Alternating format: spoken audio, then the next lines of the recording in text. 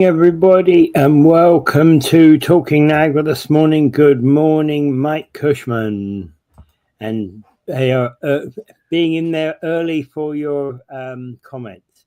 So, good morning, everybody. And this is Hi, Mike. Peter Giblett, and Dave Wheeler welcoming you to Talking Niagara. It's Friday, March 28th. All right, so welcome Niagara Falls to this morning's talk show. Okay. How are you then, Dave? I'm good.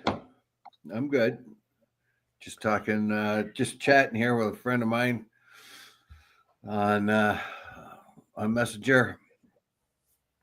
She was just giving me some information, and also had a bleeding nose for some reason. Anyway, what's up? That's bleeding horrible. That's bleeding horrible. Well, this kind of gentle swear word that in England is bleeding egg. Bleeding this, bleeding that. Yes, yeah, Right? like sort of a variation of bloody, I guess. Yes, exactly, but not whereas bloody is a swear word, bleeding is not. Right? Why is bloody a swear word? Yeah. Well, yeah. Good question. I really don't see why it's a swear word, But well, anyway, yeah, but that's English. The English way of doing things, right? yes, it is. Yeah, the old country. Yeah, and we might make comments like bleeding hell. That Mark Carney's a bleeding nuisance type thing, that type of thing, right? That is what we. Meaning that we're criticizing him, not that not that he's real bad. Well, I every once in a while I'll throw a bloody in there. Like I just do that. I guess probably because of the British influence. But bloody is. You see, here's the thing. One is slightly lower than the other. Bloody's a bit more, cursory. Well, it's a good thing we fixed the English language over here. Did we? I don't know that we did. You guys had 2,000 years to create a language, and you just couldn't finish it. So we fixed it up over here. Well, no language is finished, right? Yeah, no. As a matter of fact, here's a fact for you. Like around the time of Chaucer to Shakespeare, there was this thing called the Great Vowel Shift in English, which made English change more than any other language in a very rapid time period. Yeah. Spanish of about 1300 is of around 1500 is about probably more. Oh, I think Spanish about 1400 is still readable by people today. I actually read Chaucer's Tales when I was in my when I was about 13, 14. And it's that somebody in our school had said they'd figured out Shakespeare and his vagaries, and I never really got along with Shakespeare's poems, so I went for Chaucer's Canterbury Tales. I nailed that one. I took command of that one and told it to everybody in modern day English. Well, linguists say that there was a very rapid change in English between Chaucer and 150 years later, Shakespeare. Quite a bit of shift in the language during those times. And the other thing about it is that apparently, in their respective age, Chaucer was responsible for something like 20% of all words that were added to the English language in that era, whereas Shakespeare is accredited with about 40% of new English words that were added in his era. Yeah, that's a dubious fact though, because I know. But yeah, definitely they added a lot of words, but it was the pronunciation and how it was said, which is the great vowel shift. And also around 1400, when Chaucer was around 1400, most of the ruling classes were still speaking a variant of French, Yeah, that's called true. Anglo-French. And when Chaucer, who worked for the government, basically was writing all that, it made it very clear that probably most of the people of the ruling classes were shifting towards English at the time. We know that Richard II was fluent in English. Yep. Well, and yeah, and the interesting thing is, it's and okay, so 150 years, yeah, interesting. But again, we rely upon some of those people to give us historical perspective, don't they? History tells us what happened at specific points, but it doesn't tell you how the people were reacting at certain points. Yeah, it's quite a bit different. You see the language of Chaucer and you see the language just 150, 160 years later of that which Shakespeare, the one that Chaucer was speaking, was much more Germanic. But again, if you wind the clock back to if you wind the clock forward from Shakespeare to the 1700s, to the 1750s, you've got a slightly different language again. And if you wind the clock forward again to the time of Charles Dickens and what's the guy who wrote the Dorset? What the one from Dorset and Thomas Hardy. No, not Hardy. He's much later. Yeah, he's later. Sorry, not Hardy. I meant, yeah. Crikey, what the heck is his name? The guy who wrote Tess of the D'Urbervilles. That is Hardy. Oh, it's Hardy. Yeah. So he's 1850s. Right, 1850s, 1880s.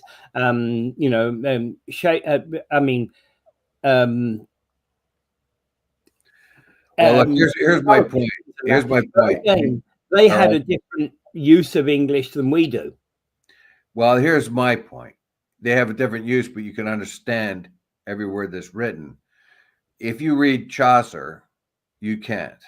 It's very, very difficult to understand that. You have to go and recognize certain words and certain things. 150 years later, when Shakespeare comes around, you can read every word that was written and you can understand it. You couldn't understand Chaucer. Now 400 years after Shakespeare, we can still read his stuff and understand it. Whereas just 150 years before Shakespeare, the people could not have understood what Chaucer was saying just 150 years afterwards. I disagree, because I found Shakespeare incredibly hard to read. But anyway, I didn't. That's because I'm a genius. Okay, Canada's likely oldest man shares his thoughts about Donald Trump, and this is Fort Erie resident. What's his name? Bird Sisler. Yeah, this is a fellow that was born in the States. I think it was in Ohio, Akron, Ohio. And as a child, he moved up here into Canada. He's been a strong Canadian ever since. He served in the Second World War. He's 110 years old, or as of April 14, he'll be 110 years old.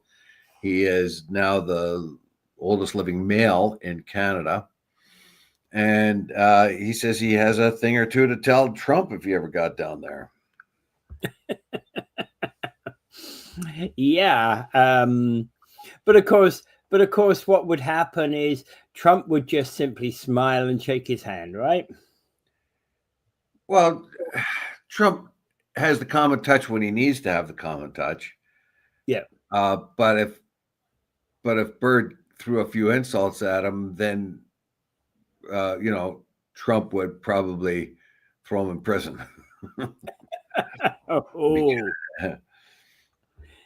But anyway, it's just a nice little story. Basically, there is a guy who has seen history for over a century, and he is not too impressed by what Trump is doing here. And I think he's probably quite right. No one else could see the perspective that he could see. Now, this guy's got all his marbles, and he talks well. So when he watches what's going on, in politics. He's seen it all. He has Yeah. seen it all for 110 years. He's seen Yeah. the Depression presidents. He's seen the war presidents. He's seen the uh, good time presidents. He's got seen the bad time presidents, one right after the other. So his perspective is very good historically. I mean, who else would have the living history on his side for those amounts of time? Yeah. Yeah. Well, and being from America, even if he was living in Canada, of course, he would have paid special attention to what was going on back home anyway. Yeah. So he's well known to the people around here. Wayne Gates uh, uh, got to know him and still visits him from time to time. When you talk to somebody that old and they begin to recount their times, it's quite fascinating. That's living history because you do see a snapshot of everyday life. Whereas, as you said before, when you generally read history, you see these broad concepts and stuff. Yeah, you know that on a particular date something happened, but you don't see what was going on in the world at that particular time. Yeah. So anyway, anyway, just a nod to the guy. He's right here in our region, and he's the oldest man in Canada. I would say that's pretty darn good, don't you? Yeah, and 2 weeks till his birthday, by the looks of it. No, just over 2 weeks. Yeah. About 5 years ago or so, I remember going to visit my mother, and the lady that lived right across the hall from her was 102. She was 102, and she could walk and like didn't need a walker or anything. She just walked around. Her only problem was her eyesight. But her son would come to visit her, and they would walk up and down the halls, and she would just get up and start and walk out and go where she needed to go, whereas everybody else was in a walker or something like that, or walking slow. Not her. She walked, and 102. So I don't know. Yeah, well, at 65, I'm probably one of the slowest walkers on the planet, which is embarrassing when you consider I used to be a race walker. Yeah, well, things start to I'm one of the fastest people on the planet. So there you go. Well, I'm not so fast either, Yeah, yeah, and that's how life changes you, right? Yeah.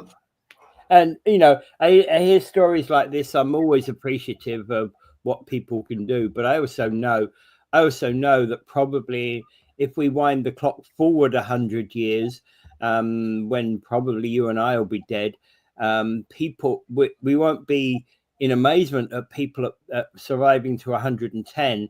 We'll be in amazement that they're surviving to 150. I suspect. Look, I'm going to be turning 71 pretty soon. That was very old back in the 30s and 40s. Yeah. Oh yeah. So the whole idea, and like I said before, I had a friend who had a newspaper from the mid 60s. I think it was early mid 60s, 64 or something like that, 65 maybe. And his grandmother's picture was right on the front page, and it said. It says local woman, big emblazoned on the top, local women is 85, like it was a big deal. She was 85 years old. So in 1965, that meant she was born in what 1880s? 1880s, yeah. So there it was, like that was a big deal. And meanwhile, I was at her daughter's 90th birthday party, and that wasn't such a big deal. Although Mayor Salsi came to say hello on the 90th birthday. Mm-hmm. Yeah, but that nobody thought much about that. It was still an accomplishment. Basically, it was still nice, but to have that, 85. To make the front page of the paper with a big, a big picture. That's the difference in how people lived. Life expectancy has gone up. Yeah, and It's, it's, as I it's say, putting a strain on our society, by the way, too. well, as I say, I think in 100 years' time, we won't be surprised to see people at 150. And I think it won't necessarily be any more of a strain. I think the strain comes about because we're retiring people at 65, when, in fact, if we allowed people to choose when they retire, that would make a whole lot of difference. Well, people can. Well, right now, you're not going to get anything from the government until you're 67 if you're born after a certain period of time. Now, they're advancing that age. And remember the riots in France Yeah. when they tried to do that because the state was having so much trouble paying out money to a growing older class that it tried to change the retirement or Well, the age only to 67. yeah. Everybody What you've got to do in order to achieve that is you don't change it now. You know, if a person's coming up and retiring next year, you don't change the date for them. What you do is you come and you change the date for the people who are retiring in 10 years' time. So they've got 10 years warning that they've got, and that's what they did in Britain. Well, yeah, I'm sure they're going to do that in France too, but yeah. They were going to have a lead time, but it was so egregious to the French that there was riots and Macron got in a whole lot of trouble, et cetera, et cetera. Mike's saying he doesn't believe that people are living longer. Well, statistically, they are, right? Yeah, statistically, well, there's certain countries where it's going the other way. I think in the United States, it's actually went down a little bit. In Russia, it went down a huge amount in the 90s, and thereafter it was the only country in the world in the 90s where the living was reduced. The age. When you get Putin bumping off his opponents, you only need to bump off 100 of them, and suddenly the age of death goes down. Yeah, well, yeah. Putin aside, though, it went down. It went down, and it's been going down in other different parts of the country, the world as well, here and there. But generally speaking, the world's age is going up, and more people are surviving into old age. That is everywhere. Yeah, and that's because there are more medicines out there. There's healthier attitudes out there. We don't put our workers into danger as much as we did before, where they got asbestos or coal in their lungs. A friend of mine's grandparents died, or grandfather died of black lung. You never see that anymore. But again, that was a common way of dying back in those days. Again, you've seen a changing attitude, Dave. You know, back in certain days when your grandfather died, you know, the cause of the black lung stuff, his employer likely said, "I don't care, get back to work." You know? Well, yeah, that's what I mean. We just have so much better life than we used to. However, what is really making a big difference is the drug abuse problem we have, and the growing drug abuse problem, homeless problem, the despair problem I talked about probably a couple of weeks ago here. I brought it up a couple of times. The pervasive feeling of despair throughout society. These things, loneliness is a growing factor. There's more and more lonely people, and that is probably bringing on despair.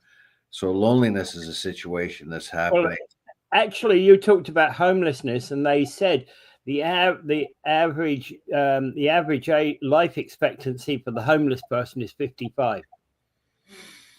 Yeah, so you have these factors in society that are reducing, life expectancy, but generally speaking, worldwide life expectancy has gone up incredibly in the last, since from 1950 to now. The life expectancy worldwide has exploded. We can see also that the population has exploded. So more people are surviving childhood. More people are surviving long enough to get into old age all over the world. Yeah. And if you read Hans Rosling's book, uh, whatever the title is, I can't remember, but it makes it very, very clear that things are improving, and all over the world, little by little by little. It's like two steps forward, only half a step back, nowadays, where it used to be two steps forward and a step and a half back, all the way up to the 1950s. And then therefore, thereafter, it took off and became more, Yeah. but it becomes better. But in any case, this fella's lived 110 years old. I don't think that'll be an uncommon thing moving forward. They actually have drugs and methods by which you can improve your life. We talked about that in an article too, where there are ways and means where they can tell your biological age, not your chronological age. So if you got a guy that smokes and drinks a lot and uh, abuses himself, his biological age may be 50 when he's 35, but Yeah. somebody who takes care of themselves and is in good shape and has good genes, their biological age may be 25 when they're 35. Yeah. So Well, that there's an interesting one, and you think that, okay, doing exercise and running and things like that would mean that you would generally be more healthy. I knew this guy who ran every single day, ran to work, but whenever there was a cold or flu going around, he caught it every single time. doesn't matter. It's a general thing anyway. It has to do with Yeah. demographics, not individuals. Each different individual has a different immune system. Oh yeah. Each individual has everything. But if you take the population as a whole, the demographics are better. So they have means by which of telling you your biological age. And I've seen a couple of steps where they have certain drugs and certain things they're experimenting with, which will extend your life, but it has to go along quite often with Well, lifestyle changes as well. there's also In the one study I brought up here, a woman was able to reduce her biological age by about 5 years. They had two identical twins that went through the experiment. One was a control, and one took the drugs, whatever. And the one identical twin was able to reduce his biological age by about 4 or 5 years just by doing this program. So they're heading towards a place where we could live a fairly long time. And if that happens, don't think and we'll be actually retiring at 65 anymore. We'll be retiring at 75 or that. And there's some other things that they're looking at DNA modifiers. For example, if you have a prevalency that you're likely to catch a specific disease, there's some DNA modifying drugs out there that will mean that it's less likely. If you're prevalent to that kind of disease, then these DNA modifiers can mean that you're less likely to catch it.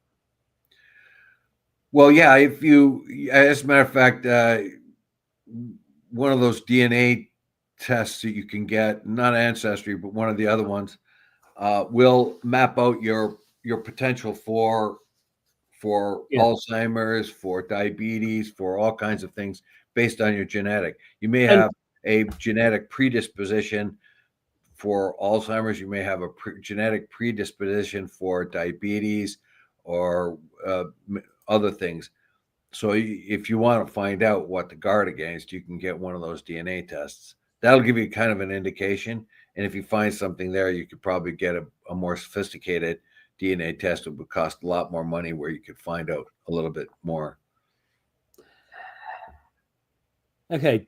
Randy is saying, do you really believe in the poll numbers created around the world, around world averages? Nobody is counting anything anywhere. They're simply guesstimating based upon grouping dynamics. I don't think they are, Randy. I think they are actually, they're recording this stuff.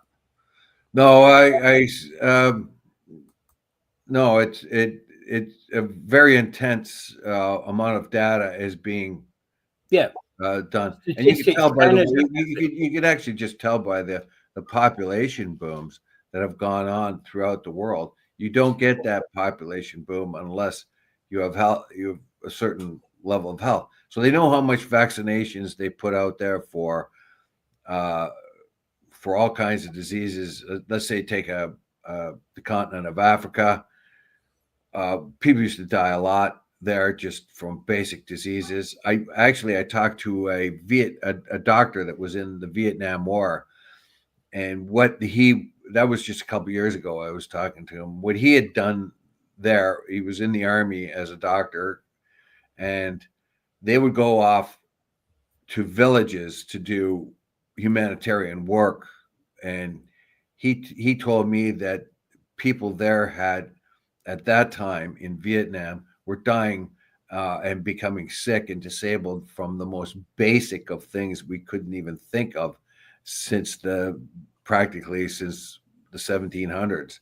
They were dying and being ill from very basic. So let's be clear. Yes, there are anomalies in these, right? Those people who die in middles of wars in Africa or something like that are probably never counted in those averages. But neither of those living in the middle of nowhere, whether it's China or maybe even Australia, they might not be counted. Counting the numbers in torn Philippines. Well, always places in crisis like Gaza, we don't know the number that died. Yeah, we do. Well, remember, look what happened in Gaza. They had an outbreak of what was it? And they had to get vaccinated polio. They had an outbreak of polio in Gaza because of the war that was going on there, and they had actually was able to stop the Israelis from bombing the crap out of people so they could vaccinate the kids for polio. So if you take those polio vaccinations away from places like Africa and the middle of China and stuff like that, your death toll is going to go up. Of course it will. And what I was just saying is there are statistical anomalies, and why we've gotten onto the statistics of age, I don't know. There are people, basically the population has ballooned to, I don't know, pushing up 8 billion right now. And there's no, if you go back to like 1800, you're lucky to have 1 billion people on the planet. Now we have 7 billion planet. When you look at the human condition, it has improved everywhere on everything. We know more about personal hygiene. We know about vitamins we need. We know about everything, and that's pervasive throughout the world. When I was in Libya, every doctor that attended to the Sudanese or the Mauritanian laborers and that came from very little villages, if they came with a cut just to get a cut fixed or anything else, the doctor would give them a little talk about what vitamins they need. He would give them boxes of vitamins and tell them to take one a day to make sure they had the complete vitamins, things they need. So all that is happening all over the world. And the education between different people. Yeah, we have, and remember too, we do not have the vast wars we did before. It's our wars. We look at them and we think of all the wars that are happening in Africa now, the ones in Ukraine, at Gaza, but they were tiny compared to what was happening before. There was all kinds of wars going on, and if you go back about to Shakespeare's time, you were much more likely to die of a violent death, way more, like tens of times more than you are today. All right. I think we can get over this argument about whether it's better or not and move on to another topic. Yeah. Well, right now, I do appreciate the fact that life expectancies in some places have taken a drop, and that's quite often because of drugs, and it was definitely the case.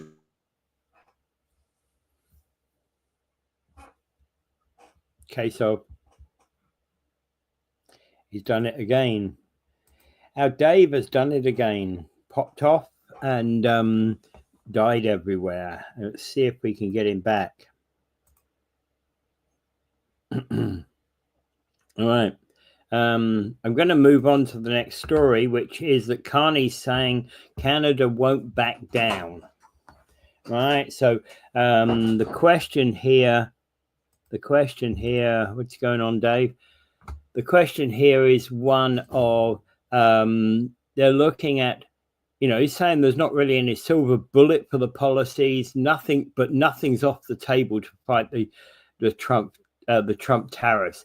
And the interesting thing is, while Carney's become prime minister, the one thing he hasn't done as yet, I think it's a week since he's been prime minister, he hasn't called the White House, he hasn't kissed the ring. So, there we go. He's kind of taking an independent stance. What you think of that is kind of entirely up to you. I'm just commenting upon it, right? But he said yesterday that Canada will respond to US President Trump's decision to move ahead with 25% tariffs on the Canadian auto sector with retaliatory trade action that will have maximum impact in America and minimum impact in Canada.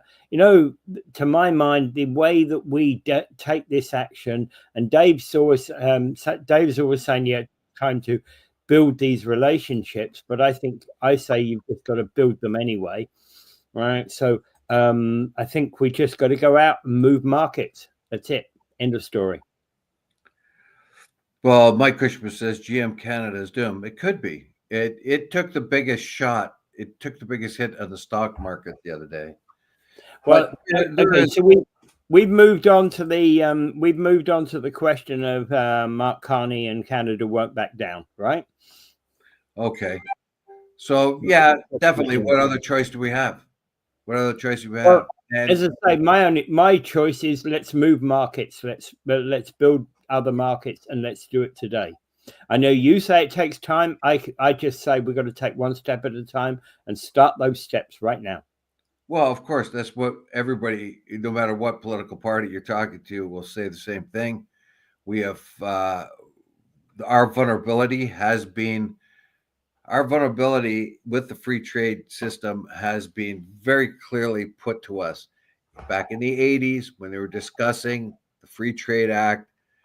One of the biggest voices against it were people who said that this will put us in a vulnerable position to be reliant on the United States, and they could pull a pin on us at any time. At the time, they thought that was unthinkable. We had a long history of friendship with the United States. But you take one man, it only takes one man, one president to start firing off executive orders, one right after the other, and no Congress or Senate that's able to resist him. And that's the kind of mess we're in. So their predictions came true.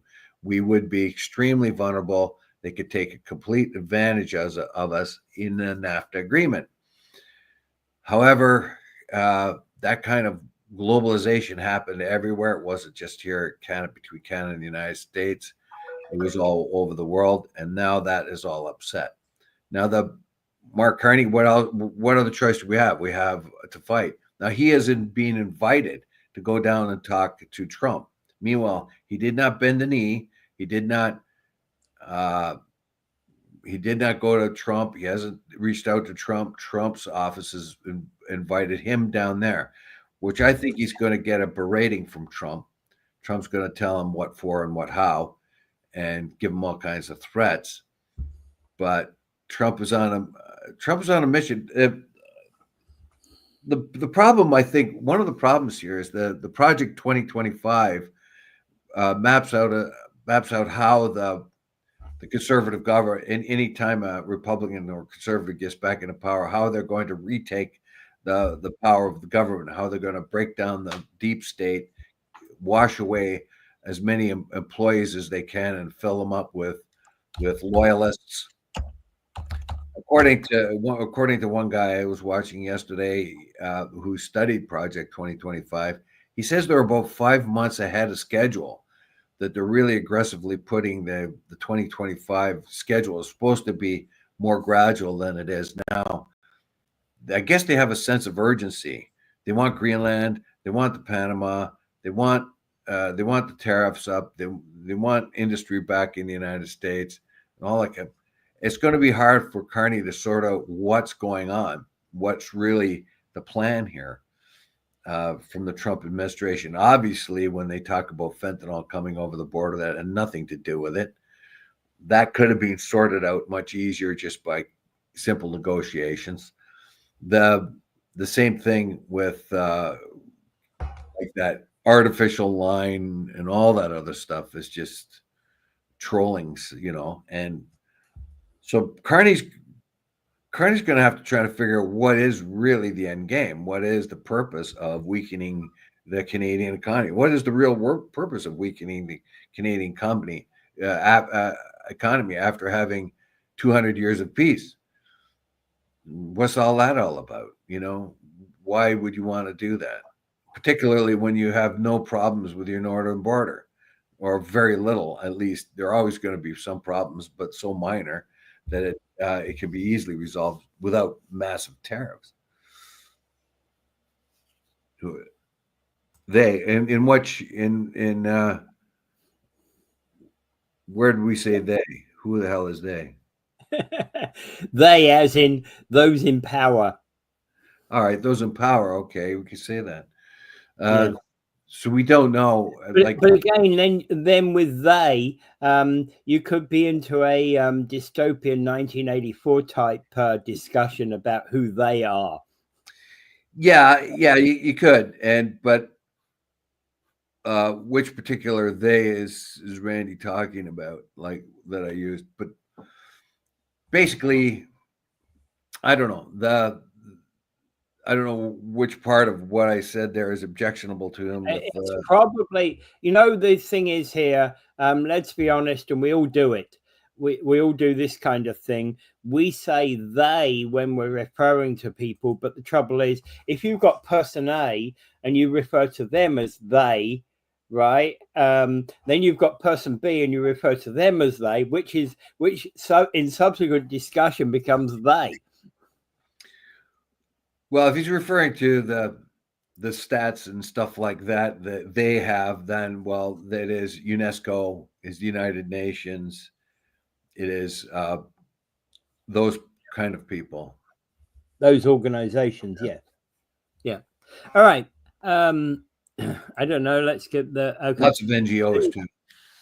Who's deciding where we are going to be in 2025?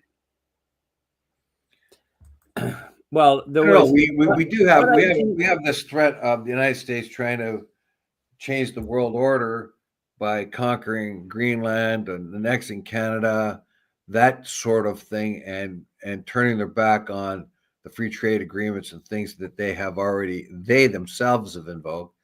They're the ones that put the rules-based order around the world. They're the ones that have stimulated globalization. They're big factory and big money people are the ones that invested in China to make it great. They made China great again, and they made tons of money doing it. And then look at the monster they created. So those are the they. That's an interesting one, yeah. Okay, so the whole World Economic Foundation scare is very Star Wars, isn't it? Unless you put a face on they and them. Absolutely. Well, the World Economic Forum, I'm not really worried about the World Economic Forum at all. It's just one more organization. It has its attitudes. It has its leaders that will change, just like every other institution has leaders that change. Well, you just referred a minute ago to Project 2025. World Economic Foundation is just another group spouting their ideas in the same way as Project 2025 is spouting theirs. I'm not exposing any of those philosophies. I'm just saying that they're out there. Well, it's grossly misrepresented in the press too. You get something like Fox News, and they'll tell you there are a bunch of communists and they're going to take everything away from you, and the world's going to be one giant nanny state, and you're going to live in a box, the same box as the person beside you, and you'll have nothing, and they'll tell you you're happy. No, it's not that at all. It's overstatement. World Economic Forum has a whole lot of things. And who's the guy that's always in trouble? Klaus, whatever his name is. Yeah, so he's just a guy that's talking. There are all kinds of groups, all kinds of global groups and things, basically organizations that try to change the world in one way or another, or change the look of the world one way or another. The Project 2025, that is a conservative plan of it to reshape the United States and probably the world, where it's going to wipe out the so-called deep state, eliminate as many people as they can, and replace them with loyalists, and to expand in a more imperial way.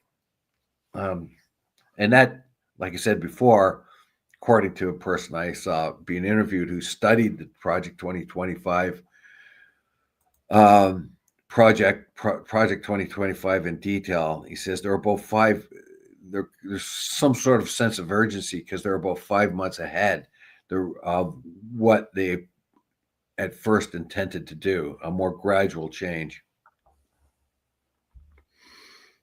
The famous Paris Accord was nothing but a bunch of bunk. Look where it got us today. Well, the Paris Accord was supposed to be one of the most difficult things to do is get a whole lot of countries together to agree what will happen in a certain area. In this particular case, the Paris Accord was trying to get a whole lot of countries together and align them with decarbonization of the atmosphere, try to reduce climate change, and try to revert to a cleaner type of energy. Happily for us, we've discovered oil, and it changed our society completely and improved it vastly. It gave us a whole lot of available energy, coal and oil, but they have drawbacks.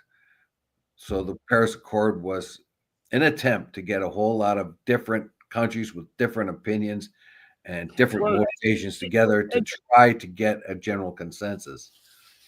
Let's be honest, the Paris Accord was never going to work as soon as the US refused to sign.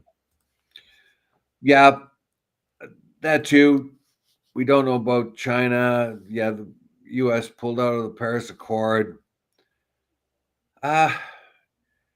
Look, there are so many things like that. The World Economic Forum, the International Monetary Fund, all kinds of different programs out there. They are, of course, there's going to be problems with them, but generally speaking, they're just organizations like any organizations, So yeah, they have a mandate. They try to do things, and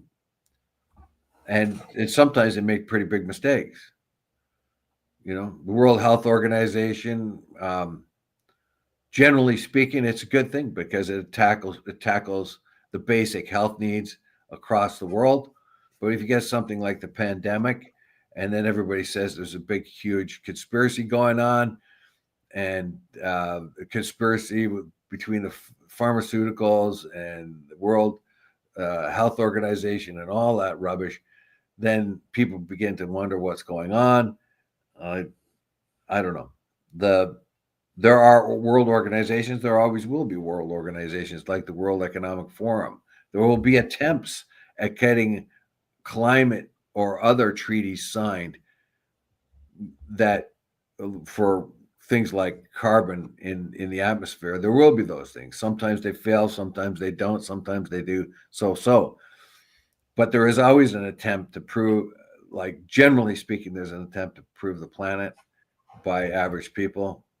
But I don't know. Well, I think we are a discussion that could go on forever. We are much better than we were. We're better today than we were 50 years ago.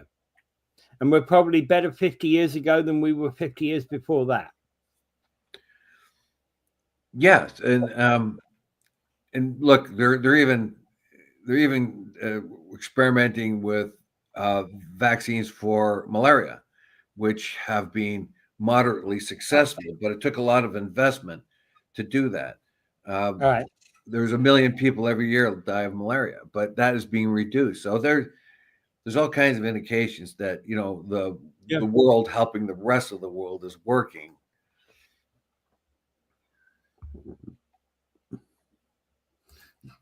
And yes and no. You think about your own country before you start helping others. Yes, yeah, you do. But sometimes helping another country helps your country. That's true. That's why I said yes and no. Yeah.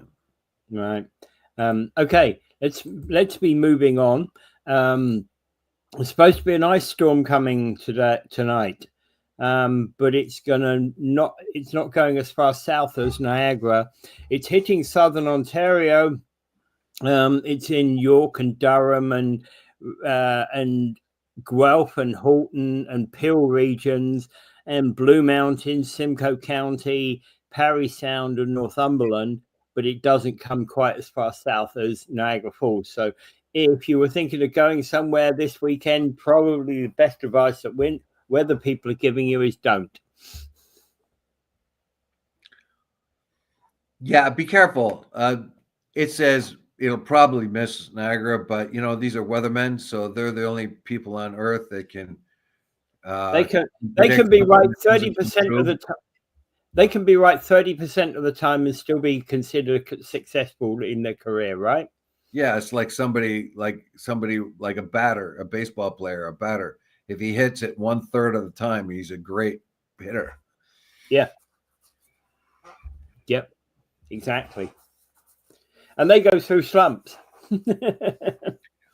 Yeah, well, I imagine the weathermen do too. Well, we had a few years ago, we had the predictions for the weather in Ontario were completely wrong, utterly wrong. And I remember watching I don't know who it was or reading whoever it was that they came up with predictions for the spring and summer, and they were just completely off. Yeah. And they try to explain that, but basically what they do is weathermen get into a room all by themselves with no one else around and throw dice to see see what the weather's. But actually, the dice nowadays, Dave, are computer programs. Yeah, I still think though that there's. Well, I think it was. I forget the news station at the time or the radio station at the time. They had Champ the Chimp and with the weather wheel. He was their weather expert. He came up with the weather wheel, and he'd use ooh, ooh, ah, ah, and he'd pull the weather wheel, click, click, click, click, click, click, click, click, click. Wherever it landed, that was their prediction. Yeah. Okay, so here's the thing. Randy and Chipper were saying that global warming will stop the ice this afternoon. Right? And computers cannot manage chaos theory. Yeah, they can. Yeah, they can. But I get what you mean. They cause chaos. Yeah, they cause chaos theory. All right. Okay, so moving on, Saskatchewan is to eliminate industrial carbon tax on April 1st. So Scott Moe has made a decision that Saskatchewan's carbon tax is going to be removed, and the NDP leader Carla Beck is saying it's going to cause a $500 million hole in the budget. Oh, yes. The Saskatchewan government's got a $12 million budget surplus right now. Yeah. Yeah. And what it wants to do is take away the carbon or tax, or basically the pollution tax on its big industrial emitters. Now, what it wants to do is get that up so that it sort of gives the big the emitters a kind of a leg up. But what it would do, because the Saskatchewan gets $431 million of revenue from that, from that program, how are they going to fill that hole back up? Yeah. I mean, it's a So they're source of basically revenue saying, for us. what they're basically saying, what he's said at the nub of this is that those who use Sask power will get a reduction in their power bill. Anyway, it's called Mo defended the move, effective April 1st, to pause carbon tax rate under the province's output-based performance standards, OBPS program, which taxes large industrial emitters. We're going to move forward, and we're going to defer the requirement for carbon tax payments so that Saskatchewan families will notice it won't be on their Sask power bill. Yeah, but is that wise? Is the Saskatchewan people are paying for that, but it's also a means by tax by which the government has that tax. So if you take $430 million out of the government of Saskatchewan, how are they going to replace it? They have a balanced budget, evidently, as they are. Don't you want to keep that? Do you really want to get into the problem every other province and state has in North America, where you're fighting ever increasing borrowing costs and getting yourself more and more? I don't know. I think there's something like 20 some states in the States that are on the edge of bankruptcy. We find we are all struggling with the amount of money that we have to borrow to keep things going. Does he really want to get into that cycle? Yeah. Well, I don't know. They've made their determination. What we don't know, see, we're coming in from outside in a way. We don't know the discussions that have been had beforehand. We don't know what the people of Saskatchewan have been saying about this, or even what the plans are to actually replace that 431 million revenue hole. Maybe they have a plan. We don't know. Maybe, but he's being evasive. He says on Thursday, Mo initially said that policy change would have no immaterial effect on the province's provincial budget. He later declined to answer a yes or no answer when pressed on whether the move will affect the province's surplus. But the NDP leader, Carla Beck, is basically saying they clearly have no plan when it comes to the $500 million hole in their budget. They clearly have no plan for what they're going to do next. And that's the opposition leader talking, and that's what an opposition leader must say. Well, it says here now there's an opportunity to save families and businesses in the province hundreds of dollars per year. Yeah, but if you put the government back into debt, when you have that very, very beneficial situation where you have a surplus budget and you don't have to lean on your citizens for any more or don't have to raise taxes on them, and then you say, okay, well, we're going to pull that out now and give you relief right now, all that means is you're going to come back to them later and raise it when you start losing your surplus. Like, do you want to get in debt? Do you want to get into the same problem every other state and province has, where they have incredible debt? The country of Canada, the country of the United States, is enormous debt. So I don't know what his anyway, taking cues from the federal leaders. Mo insisted that the government was taking our cue from the federal leaders as they start to back up this policy. I'm not so sure. On March 14th, Prime Minister Carney announced a separate consumer carbon tax that will be eliminated on April 1st. The two policy changes. Anyway, I'm not so sure why he wants to do it. It sounds like he wants to just give his citizens a bit of a tax relief, but I don't know. If you have a balanced budget now and you actually have a $12 million surplus, and you said, well, we're going to eliminate $431 million of that, and we only have a $12 million budget surplus, what does that mean? It means you're going to have a $400 million deficit if you remove it. Yeah. You really want to get into that situation? Yeah. Okay. Yeah. But again, if it's only a temporary thing, I don't know if no, like I don't know. things get out of hand, Yeah.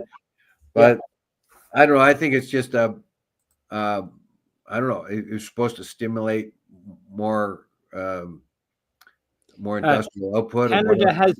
Randy is saying Canada literally has zero idea of how much our money is and how much we have. Rounding it to the nearest millions doesn't work. I've always thought that, yeah, because when you're talking about millions, when you're talking about millions, and now we're talking about billions and even trillions with a T, right? Most people couldn't even perceive. Most people couldn't even perceive what they earn in a year as being in a million, how that perceives in a million, because it might take 20 or 30 years to make $1 million. So when you're talking B billion and T trillion, you've added extra zeros on the ends of both of those, they are unbelievably imperceptive to most Canadians. Well, they have monetary funds. They have ways and means of tracking the wealth of different countries. We're no longer on the gold. Yeah, but again, government spending of X billion dollars kind of goes, well, what the hell does that mean? I didn't even know what $1 billion is, other than it being a billion of something that I could spend $1 on. 1 billion pens. How about that? Well, I don't know. All I know is if a whole boatload of people get stranded on an island somewhere in the Pacific, and a lot of the people are rich and got boxes of money, it's not going to do them much good, is it? It's not really worth much in the end. So it is an artificial thing to represent the wealth of a country, and that giving notes and stuff like that started back in the Medici times, back in the 1300s and that. But so money of that kind has weight, and it but whatever the wealth of the country is, I don't know. The United States, certainly all they do is start printing money again when they need some, and right now they're in even worse debt than we are. So I don't know, and yet their dollar is the reserve currency of the world. So there's enough faith in it that most of the rest of the countries deal in that reserve currency. There's speculation around about that, though, Dave. There's been talk out there in the money world that they may well be looking at replacing that reserve currency to being the euro as being a far more stable currency. I doubt it, but there's a few economists are now talking about it. Well, the BRICS nations are talking about dealing in the currencies of the country when doing inter-BRIC trade. Basically, China comes along and it brings its stuff and it will deal in the currency of Brazil. Brazil takes its stuff back to China. It will deal in the currency of China. Yeah. There is a loose talk about the Chinese yuan becoming the new reserve currency. Very, very doubtful. Very, very doubtful that even during the early part of the 20th century, when the United States was booming, the reserve currency of the world was still the British pound until after the war, when Britain was so broke and so beat up after 2 world wars and a depression, there was no wherewithal to the pound anymore. So the U.S. currency took over as the world's reserve currency. And I don't think it's going to. I don't think that world reserve currency is going to go anywhere anytime soon, because as soon as things get weird in the world and there's economy problems, what do people generally do all over the world is start buying U.S. bonds. Yeah. You know, Well, I was going to say British currency dominance actually lasted up until the mid '60s before the US started to take over. Right. I don't think so. I And think it was all before that. effectively the British economy was dead 20 years by then. Yes, well, it the British economy had to wait until two, the what 2009 before it actually paid its debt, its war debt. You know, so Yeah. but in any case, the two world wars and a depression destroyed the British Empire. The United States is nowhere near that point right now. It still is the reserve currency. I don't really think the Chinese, Oh, despite their economic miracle, I don't think they could replace the economic wherewithal of the United States because there's too many variables in the Chinese economy right now. don't get me wrong. I wasn't suggesting it was going to happen tomorrow. I'm just saying that there are economists out there that are talking about the world reserve currency changing to the euro. I'm not saying that I expect it to happen. Well, the euro is way too weak right now, and the I agree. European Union's economy has gone for a slide. So it's very unlikely that euro will be the reserve currency in the future unless there's some massive changes. Well, having Britain leave the European Union didn't exactly help the euro, even though Britain wasn't a member of the euro. Well, Britain wisely stayed away from buying into the euro in the first place. I don't know that it was wise, but if Britain had joined the euro, that would have buoyed up the euro as a much stronger currency and a position of potentially You becoming forgot one of what the world happened when Greece defaulted on its debts, right? Then That again, sent the euro into a that's tailspin. but again, That is the reason. That is the reason why Britain did not join the euro. They joined the European Union, but did not adopt the euro because there was too much vulnerability in it, which was very proven when the Greece defaulted on their debt. well, the big problem with the euro is that when they set it up, when the act for setting up the euro set up, they said there are 5 preconditions, and I forget what they are. There are 5 preconditions, but we must do it by this date. The problem was when they set what the 5 preconditions were, the economies of Europe had those 5 preconditions in place. The trouble is, when they arrived on said date, those 5 preconditions did not exist anymore. They should not have gone to euro at that point. It doesn't matter. The Brits saw it coming and did not adopt the currency, and they wisely did not because they could see the vulnerabilities in it. Yeah. Anyway, but but that was the whole point why there was any weakness in the euro. Had the preconditions existed and had Britain joined, well, yeah, everybody says maybe yes and condition. no and this and that. They saw the bank the Bank of Britain or England saw how vulnerable the vulnerabilities of the EU. They pointed that out. Don't get involved in that. That's too vulnerable. It's risk. There's too much risk in getting with the euro. They don't have it fixed. Oh, no, I agree. I agree with that. And anyway, I think we're kind of out of time. Yep.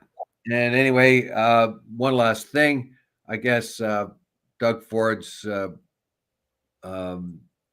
campaign manager, and who is also being a Tetiak or something his name is, he has said that Poilievre is in deep trouble in Ontario if he doesn't change his narrative. And in fact, actually, that is exact. I was going to. We have something we have to talk about next week. Is at the moment, it looks like, and this is kind of where it's weird when you consider that how well Doug Ford did in Ontario only a month ago. That in fact, actually, the Ontario is going to be won by the Liberals. It looks like right now, it looks like a majority in Ontario, and the fellow Tetiak, oh shoot, I haven't got his name right, but Doesn't He is matter. he's been around for a long time and being campaign managers are Yeah, involved. I want to come back to that next week. We'll deal with that next week. But yeah, Anyways, yeah, it's an he's important, saying that. important Well, point. he's saying that what we have saying here, that he really has to change his narrative. Yeah. Yeah. And he's become, to me, he was a long time ago a one issue politician, and one issue politicians rarely succeed. I think it is his character assassination that's made him a weak figure. Like he hasn't been able to change course on that. And Canada's not like the USA. We don't believe in everything. The trouble with Dave Wheeler was when he was controller of this and that and the other. He spent unwisely. He did this and that and the other and the other and the other. But if you vote for me, Peter Giblett, I won't do any of that shit. But of course, the next election, what happens is Dave Wheeler, I get elected in, and Dave Wheeler's saying exactly the same thing about me. Well, it's the level of good guy, bad guy politics we see in the States that Poilievre has tried to imitate up here. And that was pretty good when he was fighting against JT, which, he did the attack dog thing. But right now, the good guy, bad guy thing, the dark, evil liberals, and we, that kind of thing, it won't work. You have to get back to Canadian politics, the kind of politics that Doug Ford had, whether you like him or not. He had respect for his opponents. Yeah, exactly. All right. And then we'll leave it at that point, I think. All right. Without further ado, I bid you adieu. Pray for peace.